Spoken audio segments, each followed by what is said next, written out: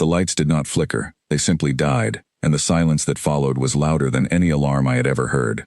1 second I was gripping the twin control bars of my training shuttle, feeling the hum of the engine through my palms. The next second, every screen around me went black, and 40 other cadets sitting in their neural pods let out the same choked gasp at the same moment. Their eyes rolled back. Their hands went limp in their laps. The shuttle bay of Aurora Station, our Academy's orbital training platform, turned into a floating room of frozen bodies. I did not freeze. My hands were still wrapped around the old metal grip my grandfather gave me, and my ship was still answering me, sluggish but alive. That is the strange thing about being the only cadet in the entire Academy who still flies with his hands instead of his mind. When the world breaks, you are the one still standing. Let me back up, just for a moment, before I tell you what happened next, because you need to understand why nobody believed in me, and why almost everybody laughed. My name is Oliver Hale. I am, as far as anyone at Aurora Station is concerned, the strangest cadet to ever walk through its doors. Every other pilot in my class links directly into their ship through a neural thread implanted at the base of the skull. Think a thought, and the ship moves. Imagine a turn, and the turn happens before your imagination even finishes forming the idea. It is fast. It is elegant. It is, by every measure the instructors use, superior. I fly with a stick, not a metaphor, an actual physical control grip, forged from an old alloy that most people have not seen outside of a museum. My grandfather, a man named Frank Hale, flew cargo shuttles back when neural implants were still an experimental idea nobody trusted. He kept his manual grip long after everyone else switched over, and when I was 10 years old, sitting on his lap in his retired transport, he closed my small hands around the worn metal and said something I never forgot. He said the mind can be tricked, jammed, or knocked out cold. But the hand, once it learns something properly, never forgets and never gets hacked. I thought he was just an old man missing his glory days. I did not realize he was handing me the only thing that would matter on the day everything else failed. When I arrived at Aurora Station 3 years ago, I brought that same grip with me, bolted it into my training shuttle, and the entire Academy treated it like a joke. Cadets pointed and laughed during drills.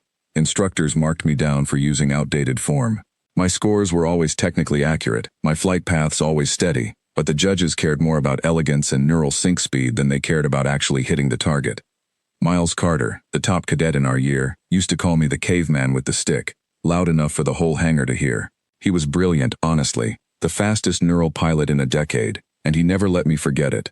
Once, during a formation exercise, he flew slow circles around my shuttle just to prove a point, laughing over the open comm channel the whole time. I never fired back with words. I just kept training with my grip, hour after hour, long after the other cadets had unplugged and gone to sleep.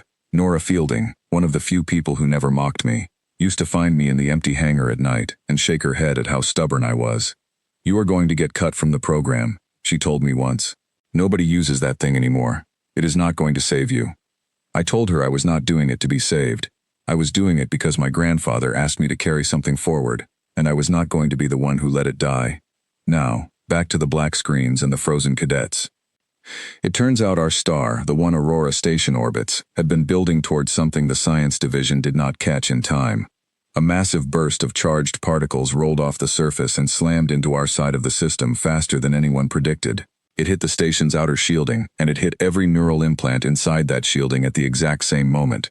I later learned the medical term for what happened to the other cadets.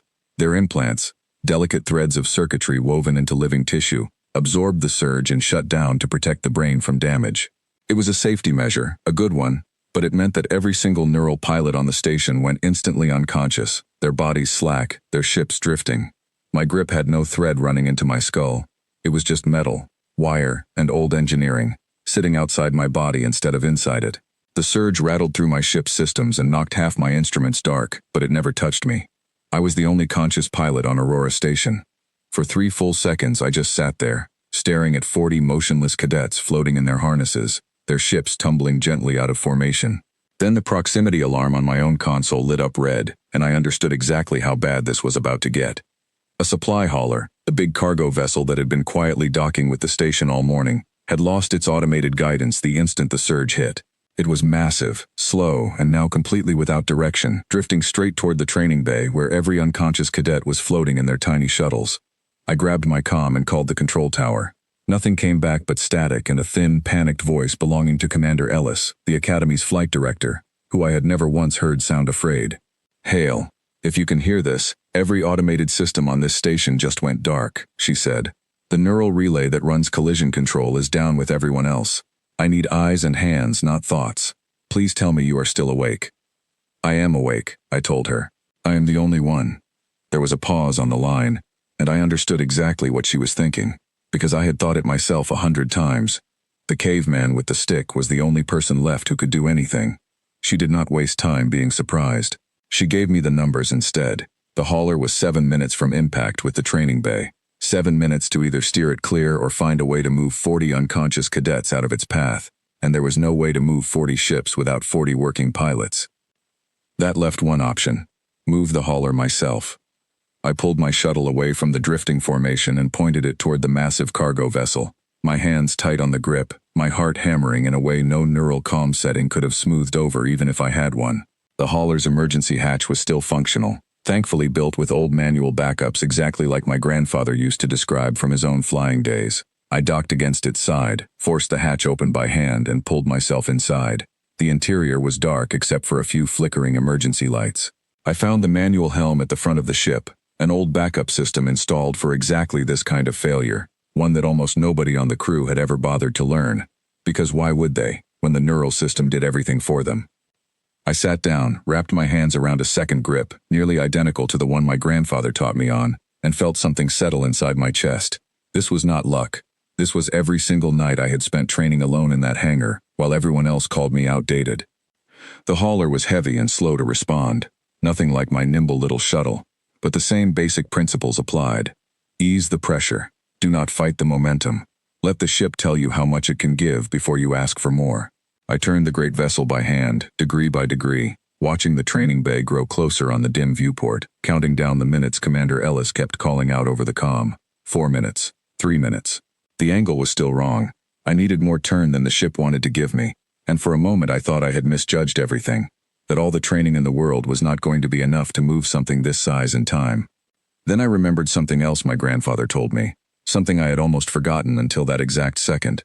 He said a good pilot does not just push the ship. A good pilot finds the smallest window the ship gives you and uses it fully, instead of demanding a window that is not there.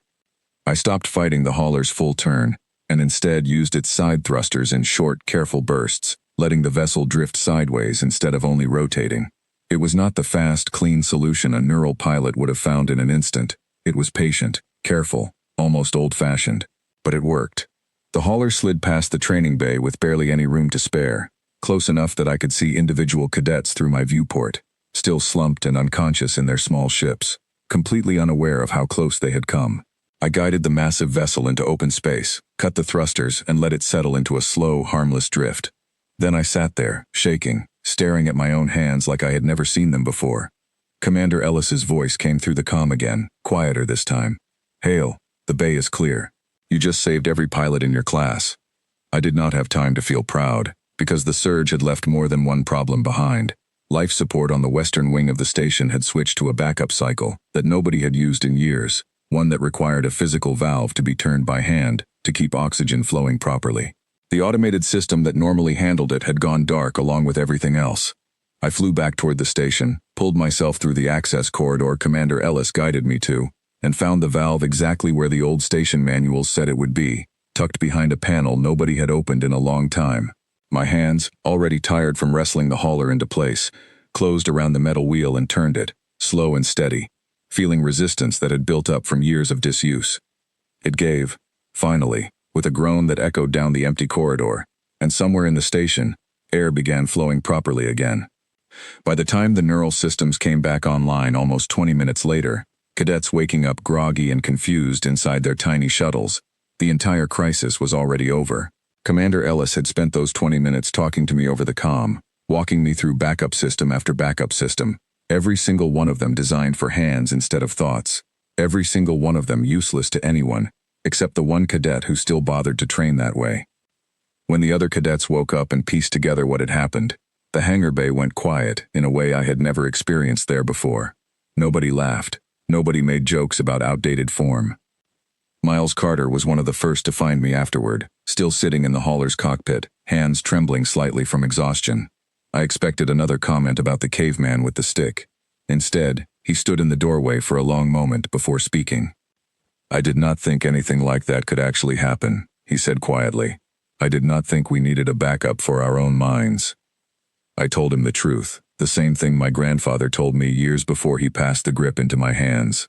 "The mind is powerful," I said, "but it can be reached and shut down in ways nobody expects. The hand, once it learns something properly, does not have that weakness."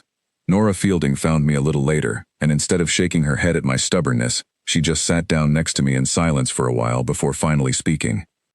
"I owe you an apology," she said. "I told you this thing was not going to save you. It saved all of us instead." Commander Ellis called a full review of the incident within the week. The Academy's engineers confirmed what everyone had already started to suspect. Every single neural pilot on Aurora Station had gone completely unconscious during the surge, and without a single manual backup pilot in the entire training class, the collision would have happened exactly as I feared, and the life support failure would have gone unnoticed until it was far too late for the Western Wing. The Academy did something afterward that nobody expected. They added manual piloting, the old grip system my grandfather taught me, as a required course for every single cadet, alongside neural training instead of it. Commander Ellis stood in front of the entire class and said something I will remember for the rest of my life. "We built an entire generation of brilliant pilots," she said, "and we forgot to teach them what happens on the day the future stops working. That will not happen again." Miles Carter was the first cadet to sign up for the new course, and he asked me, directly, in front of everyone, if I would teach him the grip myself. I said yes without hesitation, because that is exactly what my grandfather would have wanted. The same thing being passed forward instead of being laughed at and left behind. Months later, I stood in that same hangar, watching a new group of cadets wrap their hands around old metal grips for the first time, some of them awkward, some of them already showing promise, all of them listening instead of mocking.